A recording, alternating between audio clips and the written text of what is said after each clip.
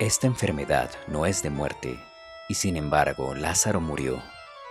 Pero como los discípulos no comprendieran lo que luego añadió Cristo, Lázaro, nuestro amigo, está dormido, mas yo voy a despertarle. Entonces el maestro les dijo ya sin ninguna ambigüedad: Lázaro ha muerto. Por lo tanto, Lázaro había muerto, y con todo, no se trataba de una enfermedad mortal. Estaba muerto, y no obstante, tal enfermedad no era de muerte.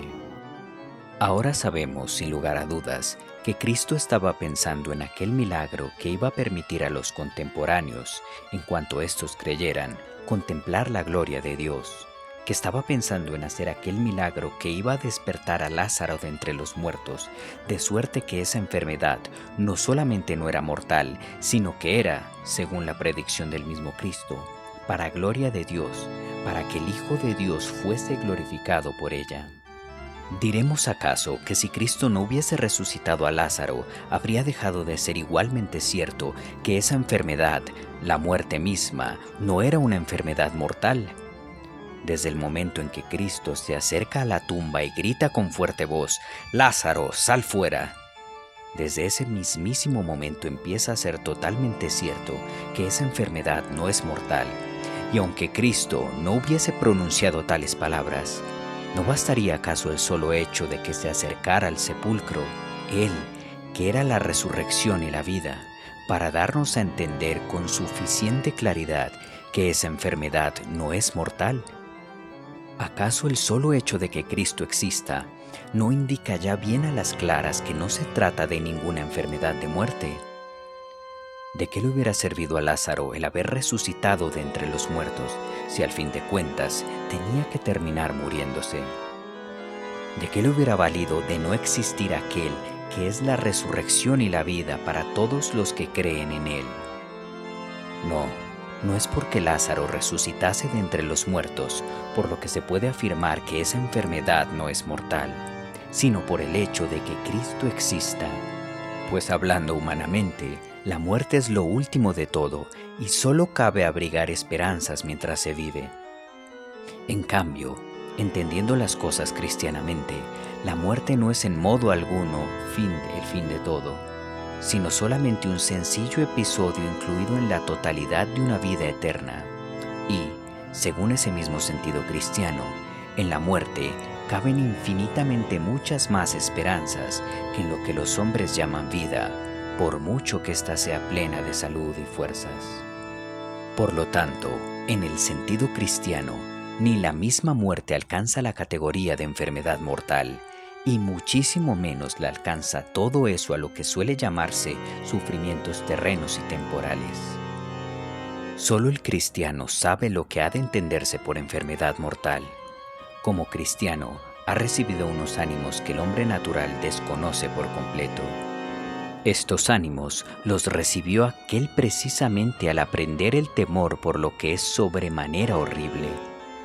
Un hombre siempre consigue ánimos del siguiente modo: cuando teme un peligro mayor, el hombre siempre se siente con ánimos para arriesgarse en un peligro más pequeño. Y cuando se tiene un temor infinito ante un peligro único, entonces todos los demás peligros nos resultan como inexistentes. Pero eso espantoso que el cristiano aprendió a conocer es la enfermedad mortal. Kierkegaard, Introducción a la enfermedad mortal. Bajo el seudónimo de Anticlimacus, Kierkegaard publica La enfermedad mortal y el ejercicio del cristianismo entre 1849 y 1850. En la primera obra podemos encontrar los elementos fundamentales de la antropología metafísico-teológica de Kierkegaard, donde se describe el drama del hombre que no es consciente o niega su fundación radical en Dios, como bien lo expresa Facio. Si en esta primera obra nos habla de la enfermedad mortal, del hombre que ignora o rechaza su fundación radical en Dios, en la segunda, el seudónimo nos ofrece el remedio para esta enfermedad: la fe.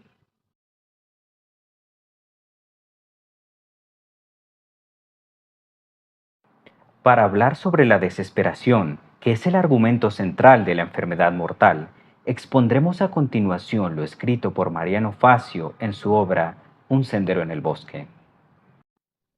Como acabamos de decir, el argumento central de la enfermedad mortal es la desesperación. Esta enfermedad mortal se remedia transformándose en el caballero de la fe, y más en concreto, llegando a ser cristiano, o sea, contemporáneo de Cristo. Anticlimacus define su libro como un ensayo de psicología cristiana para la edificación y el despertar. El carácter de cristiano extraordinario del seudónimo aparece desde la primera página de esta obra, que se abre con las palabras que Jesús pronunció frente a la noticia de la enfermedad de Lázaro. Esta enfermedad no es mortal. Lázaro no morirá, pero no porque será resucitado por el Señor, dado que después de algunos años volverá a morir. La enfermedad no es mortal porque el Señor es la resurrección y la vida. Para el cristiano, la muerte no es el fin absoluto, sino el paso a la verdadera vida. En cambio, la desesperación es mortal en un sentido fortísimo que analizaremos en los párrafos siguientes.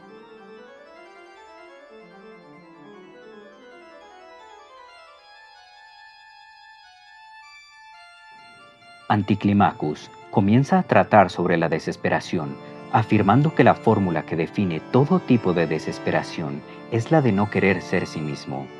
El seudónimo explica que en definitiva, la desesperación consiste en el no aceptar la condición humana de criatura fundada en el absoluto. Anticlimacus analiza bastante sistemáticamente las distintas formas de desesperación, pero en estas páginas introductorias se detienen las dos fórmulas más generales de la desesperación: desesperadamente no querer ser sí mismo o desesperadamente querer ser sí mismo.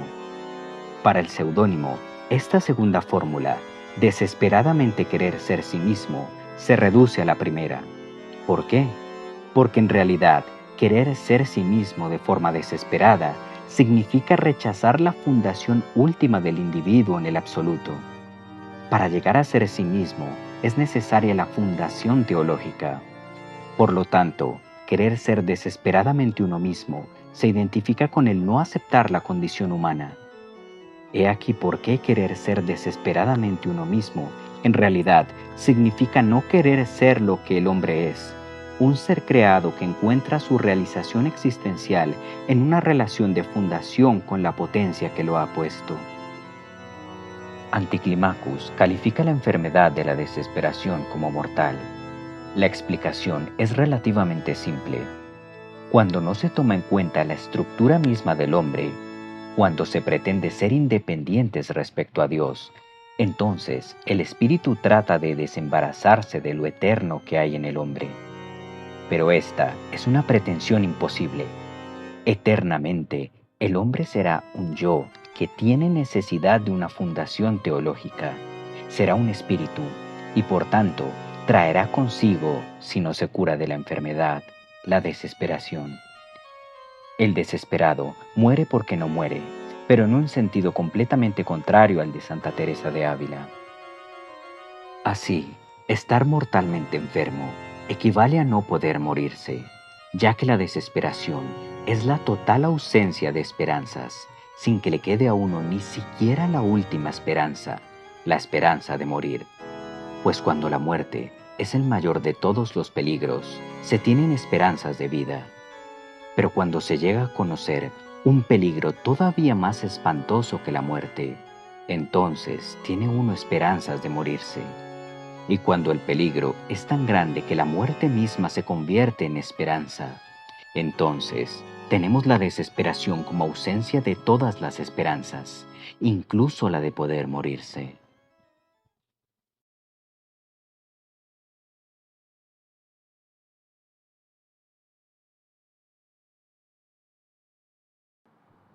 Un segundo punto de vista del análisis de las distintas formas de la desesperación es el de la consideración del grado de conciencia que se tenga de la misma. A mayor conciencia de que se es uno un desesperado, mayor será la desesperación. ¿Puede uno estar desesperado sin saberlo? Se puede conscientemente desesperar por debilidad. Y por último, se puede querer ser uno mismo desesperadamente. Este último grado de desesperación, donde hay aún más conciencia, se identifica con la obstinación. Para continuar con el análisis de las distintas formas de desesperación, esta vez atendiendo al grado de conciencia que se tenga de la misma, seguiremos nuevamente a Facio, quien respecto a lo anterior nos dirá lo siguiente. En el primer caso, la desesperación no es consciente, ya que la sensualidad domina completamente y no se tiene conciencia de tener un yo. Esta es la desesperación propia del paganismo y de los cristianos tibios de la cristiandad. Son desesperados que no saben que lo son. La segunda desesperación, esta sí consciente, es la desesperación propia de la debilidad. Un hombre puede desesperar por algo terrestre. Lo que lleva a la desesperación viene de fuera. Un cambio de fortuna, el no lograr alcanzar metas existenciales puede llevar al hombre a querer ser otro.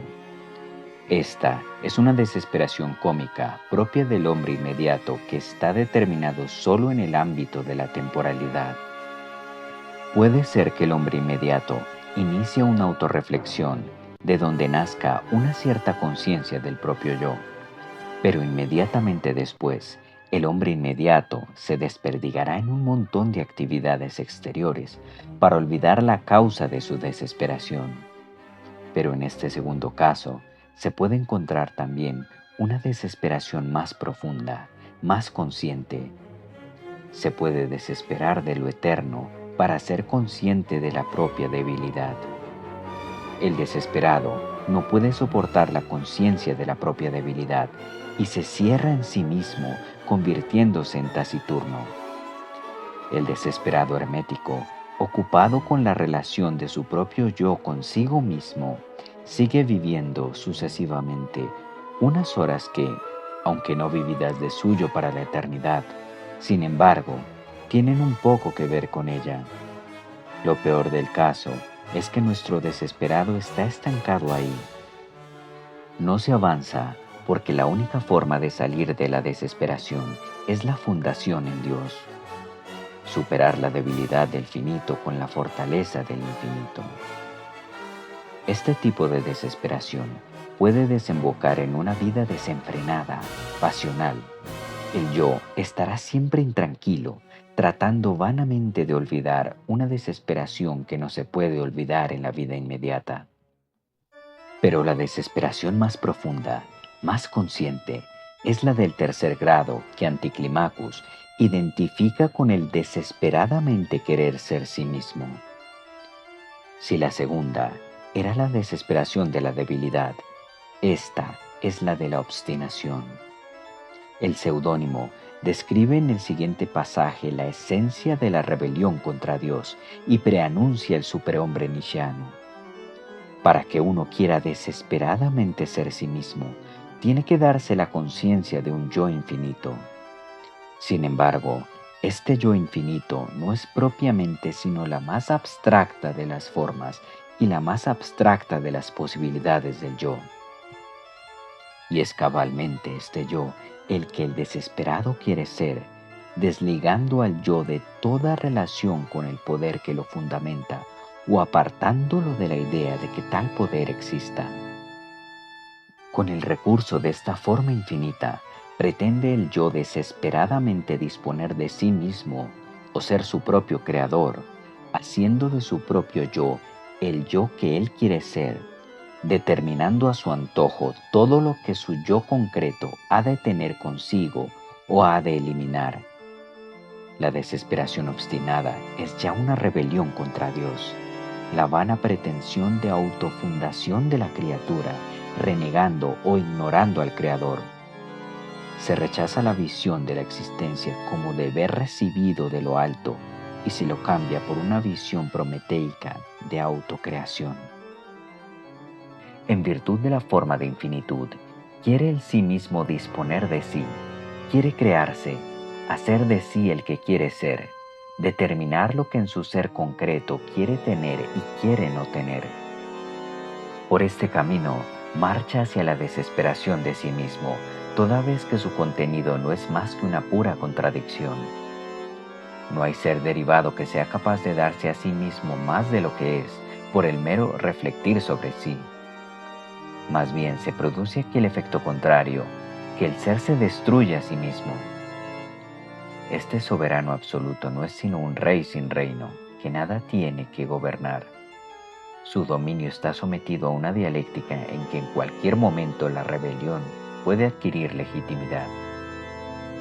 Además de esta forma en que el sí mismo pretende ser él creándose, haciéndose absoluto, hay otra forma en que pretende lo mismo por la desesperación del dolor, por la tolerancia desesperada del mal. Cuando el mal y el dolor afligen al hombre, lo natural es que el hombre se distancie de ellos en el deseo, no perdiendo de vista su ser sano y libre de dolor. No obstante, la dialéctica de la existencia puede llevarle al extremo de identificarse a sí mismo con el mal que le aflige y le destruye. Esta locura, dice Kierkegaard, puede llegar hasta lo satánico. En este caso, el hombre está tan aferrado a su ser que no lo suelta ni aún para ser liberado del mal.